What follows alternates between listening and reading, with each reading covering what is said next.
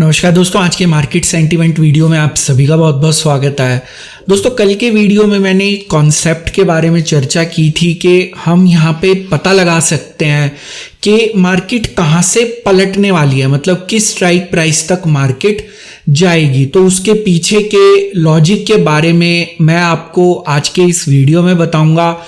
इसका एक live demo मैंने आज शेयर किया। मैंने ये एक अपडेट शेयर किया था कि 17,200 से नीचे मार्केट जाने की प्रोबेबिलिटी बिल्कुल कम है। दोस्तों, ये अपडेट मैंने तब शेयर किया था जब मार्केट 17,230 पे थी, केवल 25-30 पॉइंट ही 17,200 के ऊपर थी। तो बेसिकली ये अपडेट शेयर करने का ऑब्जेक्टिव ये था कि यहाँ पे मैं एक लाइव डेमो दे सकूं आपको कि आप सही में पता लगा सकते हैं। लेकिन दोस्तों, हमेशा मैं आपको कहता हूं कि जो मार्केट है वो एक हाई प्रोबेबिलिटी सेटअप होता है, और हम यहाँ पे जहाँ पे हाई प्रोबेबिलिटी जिस इवेंट के होने की संभावना होती है, हम उसके बारे में चर्चा करते हैं। मैं ये नहीं कह रहा कि मेरा एनालिसिस हमेशा ठीक होता है, यहाँ पे गलत भी हो सकता है। मान लीजिए जिस समय मैंने अपडेट दिया उसके अगले ही पल जो वहां पे एक्टिविटी हो रही है 17,200 पे, वो एकदम रिवर्स हो जाए, तो वहां पे एनालिसिस गलत भी हो सकता है। तो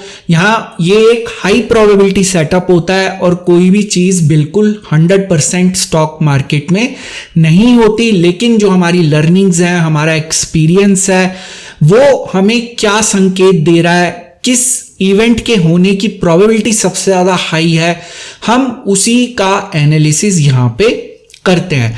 तो दोस्तों, इसके बारे में हम थोड़ी देर में चर्चा करेंगे, लेकिन जो हमने कल की वीडियो में डिस्कशन की थी उसके बारे में चर्चा कर लेते हैं। तो दोस्तों, जो हमारे 3 इंपॉर्टेंट पैरामीटर्स होते हैं, उसके अंदर कल 2 जो थे वो रेड में थे, मतलब जो हमारा मार्केट सेंटीमेंट स्कोर था वो रेड जोन में था, और जो FIIs हैं वो शॉर्ट पोजीशंस क्रिएट कर रहे थे। हमारा मनी फ्लो जो है, स्कोर तो डिक्रीज कर रहा था लेकिन वो बिल्कुल रेड जोन के गृह प्रवेश के बिल्कुल नजदीक था। तो आज उसका गृह प्रवेश हो चुका है, उसकी चर्चा हम थोड़ी देर में करेंगे। तो बेसिकली हमारा व्यू ये था कि मार्केट के वीक रहने की संभावना है। तो आज मार्केट यहाँ पे आप देख सकते हैं रेड में ओपन हुई, ऑलमोस्ट पूरा दिन मार्केट रेड में ही रही और रेड में ही क्लोज हुई। बीच में केवल एक मोमेंट ऐसा आया था जहां पे मार्केट फ्लैट हो गई थी, लेकिन उसके बाद फिर आप देख सकते हैं कि यहां पे बियर्स जो है मार्केट को वापस नीचे लेके चले गए। तो दोस्तों, जैसा कि मैं हमेशा कहता हूं, या थोड़ी देर पहले भी मैं आपको कह रहा था कि ये हमेशा एक हाई प्रोबेबिलिटी सेटअप होता है। तो हमारा एनालिसिस भी एक हाई प्रोबेबिलिटी सेटअप है, और कोई भी चीज 100% श्योर नहीं होती मार्केट के अंदर। तो दोस्तों, यहाँ पे अब हम आज की चर्चा कर लेते हैं। तो दोस्तों, आज DIIs FPIs की बात की जाए तो FIIs की सेलिंग यहाँ पे कम थी। हमने देखा था कुछ दिन पहले भी कि यहाँ पे सेलिंग कम की गई थी। तो शायद ये हो सकता है मिसलीड करने के लिए किया जा रहा हो कि भी FIIs की सेलिंग ओवर हो चुकी है। तो बेसिकली हमें इस नंबर का पॉजिटिव में आने का इंतजार करना चाहिए, क्योंकि ये नंबर जब तक नेगेटिव में है हम 100% श्योरिटी के साथ कुछ भी नहीं कह सकते। दोस्तों, यहाँ पे DIIs भी आज मार्केट में एब्सेंट थे। पता नहीं, मुझे नहीं पता क्या कारण है, पैसे खत्म हो गए जैसे कि मैंने पहले एक वीडियो में भी कहा था, या मतलब मार्केट में काम करने का मन नहीं है, या आज मूड नहीं है, मुझे नहीं पता यहाँ पे क्या कारण है। लेकिन जो एक्टिविटी आप देख सकते हैं, बिल्कुल नेग्लिजिबल सी एक्टिविटी यहाँ पे आपको दिखाई दे रही है। दोस्तों, कंट्रीब्यूशन की बात की जाए तो निफ्टी को नीचे खींचने में वही सेम नाम है जो रोज हम देखते हैं, Reliance, Bajaj finance, ITC, HDFC bank, Kotak Mahindra bank, Bajaj Finserv, यही नाम आपको डेली ऑलमोस्ट दिखाई देते हैं जो कि निफ्टी को नीचे ले जाने के लिए ज्यादातर रिस्पॉन्सिबल होते हैं। और इसमें हैवीवेट स्टॉक्स, HDFC बैंक, हम रोज इसकी चर्चा करते हैं कि ये FIIs का जो है सबसे ज्यादा इसके अंदर स्टेक है। तो ऑब्वियसली अगर FIIs थोड़ी बहुत सेलिंग भी करेंगे तो इस स्टॉक के ऊपर इंपैक्ट होना लाजमी है। दोस्तों अगर सेक्टर्स की बात की जाए, आज यहाँ पे सबसे ज़्यादा बिकवाली पीएसयू बैंक्स और यहाँ पे आप देख सकते हैं ऑटो सेक्टर में की गई। रियलिटी कल भी हमने देखा था कि इसके अंदर बिकवाली की गई थी, लेकिन यहाँ पे अच्छी बात है कि निफ्टी आईटी कल भी ग्रीन में था, आज भी ग्रीन में था। और यहाँ पे निफ्टी मीडिया जो कि काफ़ी ज़्यादा ग्रीन में रहता है, मोस्टली कल रेड में था, लेकिन आज ये फिर वापस ग्रीन में आ गया। और यहाँ पे फार्मा के अंदर भी आज यहाँ पे खरीदारी देखने को मिली। तो दोस्तों अब हम चलते हैं अपनी एक्सेल शीट के ऊपर। पहले तो यहाँ पे आप देख सकते हैं दोस्तों कि जो आपके क्लाइंट्स हैं उनका व्यू मार्केट के प्रति जो है वो काफ़ी ज़्यादा बुलिश है। इनको लगता है कि मार्केट ऊपर जाएगी। आज काफ़ी ज़्यादा लॉन्ग पोजीशंस क्रिएट की गई और आरओसी भी यहाँ पे पॉजिटिव है। दोस्तों प्रॉप डेस्क का व्यू मार्केट के प्रति हम कह सकते हैं न्यूट्रल है, कुछ ज़्यादा एक्टिविटी यहाँ पे देखने को नहीं मिली। लेकिन एफआईआईज इनका एलएस रेशो आप देख सकते हैं कि कम होता जा रहा है। यहाँ पे 1.72 से आज 1.33 हो गया। और यहाँ पे आप देख सकते हैं कि काफ़ी जो है ज़्यादा शॉर्ट पोजीशंस यहाँ पे क्रिएट की गई और लॉन्ग पोजीशंस को क्लोज किया गया। तो यहाँ पे एफआईआईज का व्यू मार्केट के प्रति अभी भी वीकनेस की तरफ ही इशारा कर रहा है। अब दोस्तों मैं एक और चीज़ क्लैरिफाई करना चाहूँगा कि हम यहाँ पे जब डेली एनालिसिस करते हैं तो हम यहाँ पे कंसिस्टेंटली सही कंक्लूजन निकालते रहते हैं, लेकिन बीच में एक आधा दिन ऐसा आता है जहाँ पे डीआईआईज जो है वो सुबह ठान के आते हैं कि आज हमें एफआईआईज की वॉट लगानी है। तो उस दिन हो सकता है कि एक दिन मार्केट जो है थोड़ा सा अलग मूव दे दे। तो वैसा एक बार हम पहले 1 या 2 बार देख चुके हैं ऐसा। तो वहां पे कोई ट्रेंड चेंज नहीं होता मार्केट का। बेसिकली वहां पे एक दिन हो सकता है कि डीआईआईज काफी सारा पैसा पंप कर दें और मार्केट को कंट्रोल करने की कोशिश करें। दोस्तों ऑप्शन चेन की जहां तक बात की जाए तो आप देख सकते हैं कि यहाँ पे कुछ ज़्यादा एक्टिविटी देखने को नहीं मिली आज ऑप्शन चेन में। तो ऑप्शन चेन के अंदर बिल्कुल ठंडा हिसाब किताब था, कुछ यहाँ पे गर्माहट हमें देखने को नहीं मिली। तो दोस्तों अब चलते हैं मार्केट सेंटीमेंट स्कोर और मनी फ्लो के ऊपर। तो आज मनी फ्लो का गृह प्रवेश हो गया है रेड जोन के अंदर। तो जैसा कि हम बात कर रहे थे पिछले 2 वीडियोस से, और मार्केट सेंटीमेंट स्कोर भी आज रेड में था। तो बेसिकली ये जो है ये एक वीकनेस की तरफ इशारा करता है। और यहाँ पे ये स्कोर आप देख सकते हैं कि -176 था।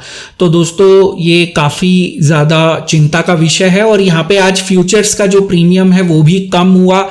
जो हमने कल देखा था 100 के आसपास था, आज उसके अंदर गिरावट देखने को मिली। इसलिए यहाँ पे मार्केट सेंटीमेंट स्कोर के अंदर आज ज़्यादा गिरावट देखने को मिली। कल मैंने आपको ऑलरेडी बताया था कि यहाँ पे हमें चिंता करने की ज़रूरत नहीं है कि ये गिरा नहीं इतना ज़्यादा, क्योंकि वहाँ पे जो फ्यूचर्स का प्रीमियम था वो बहुत ज़्यादा हाई था। तो दोस्तों अब चलते हैं अपने इंट्राडे एनालिसिस के ऊपर। तो यहाँ पे इंट्राडे में जो अपडेट्स थे और उसको हम मार्केट के साथ कोरिलेट करेंगे। तो दोस्तों यहाँ पहला जो अपडेट था वो हमें वीकनेस का संकेत दे रहा था, लेकिन यहाँ पे मैंने मेंशन किया था कि रिट्रेसमेंट पॉसिबल है यहाँ पे मार्केट में। तो ये अपडेट मैंने शेयर किया था लगभग 9:20 के आसपास। उस समय मार्केट लगभग 17,260 के आसपास ट्रेड कर रही थी। तो दोस्तों इमीडिएटली उसके बाद यहाँ पे हमें रिट्रेसमेंट देखने को मिली और आप देख सकते हैं कि मार्केट लगभग 70-80 पॉइंट्स ऊपर की तरफ चली गई।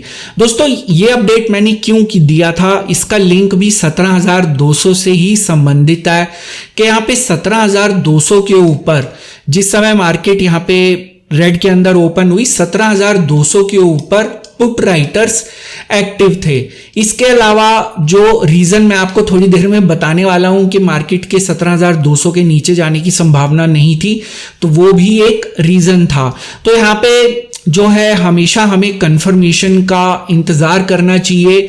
तो यहाँ पे रिट्रेसमेंट हुई, इमीडिएटली उसके बाद रिट्रेसमेंट हुई। तो यहाँ पे हमें जो रिट्रेसमेंट हुई है तो उसके बाद हमें देखना चाहिए कि मार्केट किस तरीके से रिएक्ट करती है। दोस्तों मार्केट में कभी भी जल्दबाजी नहीं करनी चाहिए, हमेशा पेशेंस के साथ काम करना चाहिए।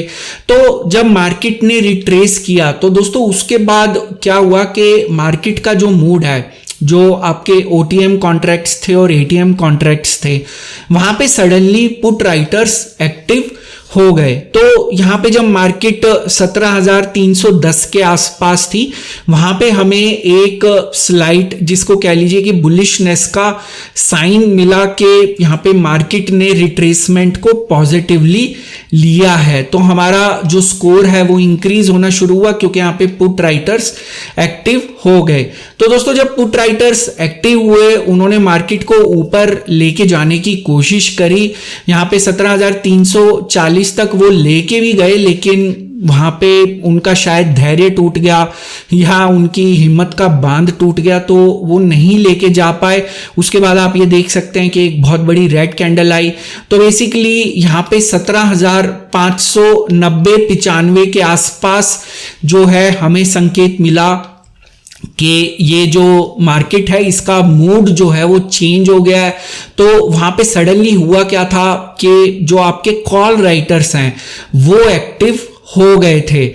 लेकिन दोस्तों वहां 17,200 की जो एक्टिविटी है वो तब भी कायम थी। तो यहाँ पे 17,005 मैं यहाँ पे आपको 17,000 शायद मैंने 590 बोला है, मुझे ध्यान नहीं, शायद तो 17,290 17,295 के आसपास जो है वहां पे हमें संकेत मिला था कि मार्केट का मूड चेंज हो गया है।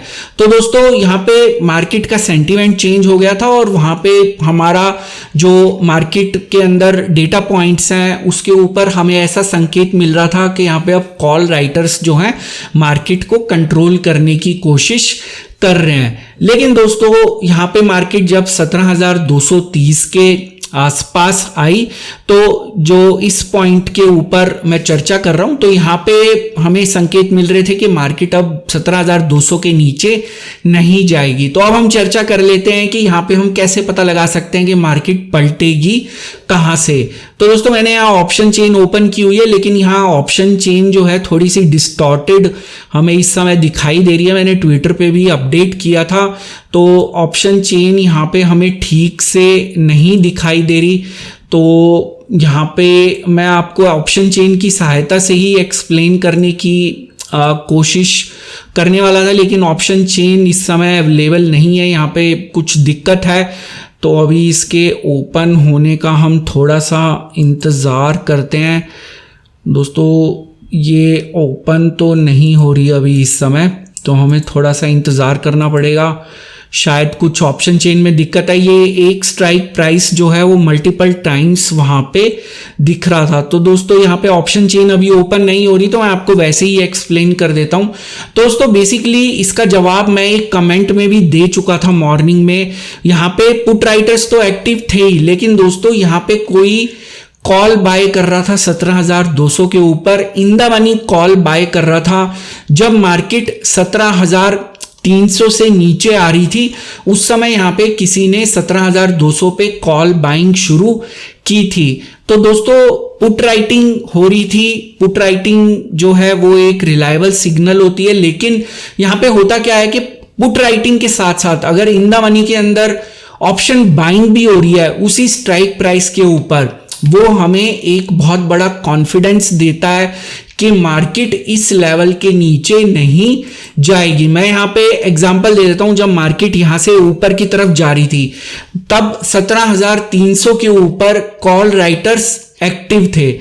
लेकिन दोस्तों यहां पे कॉल राइटर्स एक्टिव थे, इसके बावजूद मार्केट ऊपर की तरफ चली गई। तो मार्केट कॉल राइटर्स को ओवरराइड कर गई, लेकिन मार्केट 17,400 को नहीं क्रॉस कर पाई।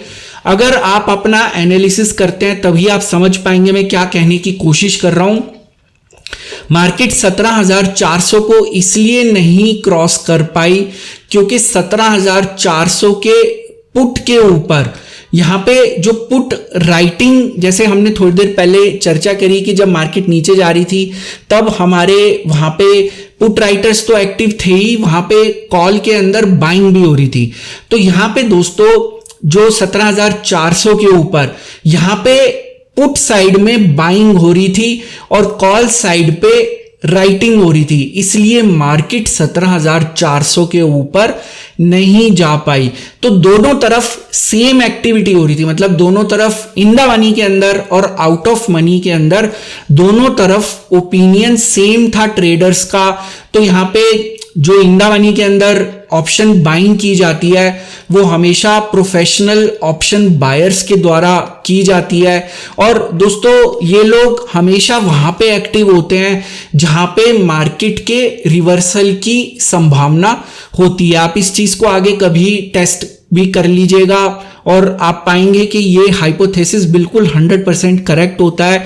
तो यहाँ पे जो प्रोफेशनल ऑप्शन बायर्स हैं वो इंदा मनी के अंदर एक्टिव रहते हैं और इंदा मनी में वो वहां पे बाइंग कर रहे होते हैं जहां से मार्केट के पलटने की प्रोबेबिलिटी होती है। तो जब मार्केट नीचे आ रही थी तब 17,200 के ऊपर कॉल साइड पे ऑप्शन बायर्स एक्टिव थे और जब मार्केट ऊपर जा रही थी तब 17,400 के ऊपर पुट साइड पे ऑप्शन बायर्स एक्टिव थे। तो इसलिए यहां पे दोनों साइड पे ओटीएम और इंदा मनी दोनों साइड के ऊपर ट्रेडर्स का सेम व्यू था।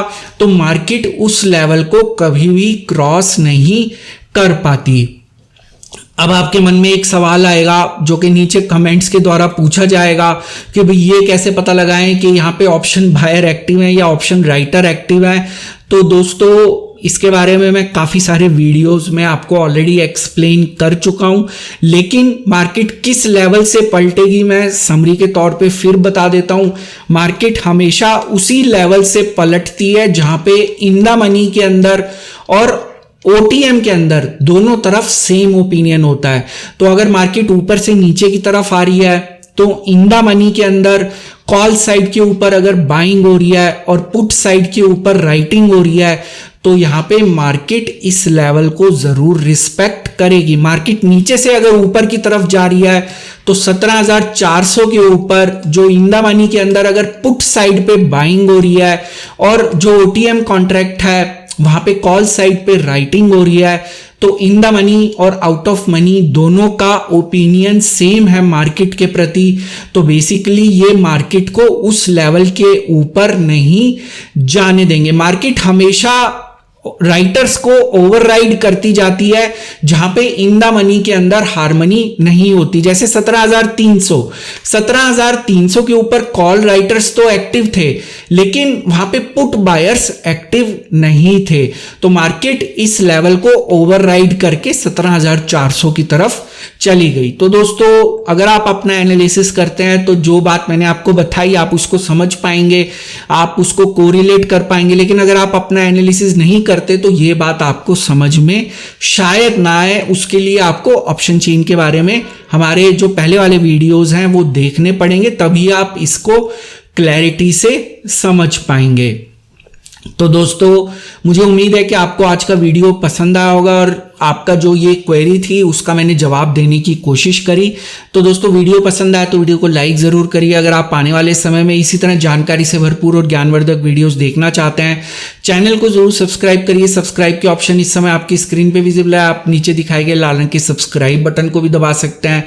उसके साथ दिखाए गए बेल आइकन को क्लिक करना मत भूलिएगा ताकि जब भी कोई नया वीडियो अपलोड हो उसकी नोटिफिकेशन तुरंत आपको अपनी ऐप या ईमेल के ऊपर मिल जाए। दोस्तों इस वीडियो का एक डिस्क्लेमर भी है जो कि आपको अपनी स्क्रीन पे दिख रहा होगा। ये वीडियो मैंने सिर्फ एक एजुकेशन, लर्निंग और जिसको कह लीजिए समझने के पॉइंट ऑफ व्यू से बनाया था। यहाँ पे मेरी आपको कोई सजेशन, सलाह या राय नहीं है कि आप किसी भी स्टॉक या इंडेक्स में बाय, सेल या होल्ड की पोजीशन बनाएं। किसी भी निवेश या ट्रेड से पहले अपने फाइनेंशियल प्लानर या इन्वेस्टमेंट एडवाइजर की सलाह जरूर ले लें। तो दोस्तों आज का वीडियो देखने के लिए बहुत बहुत शुक्रिया। कल फिर मिलेंगे हम मार्केट सेंटीमेंट के एक नए वीडियो में, एक नई जानकारी के साथ, एक नई सीख के साथ, एक नई लर्निंग के साथ। तब तक आप अपना ध्यान रखें।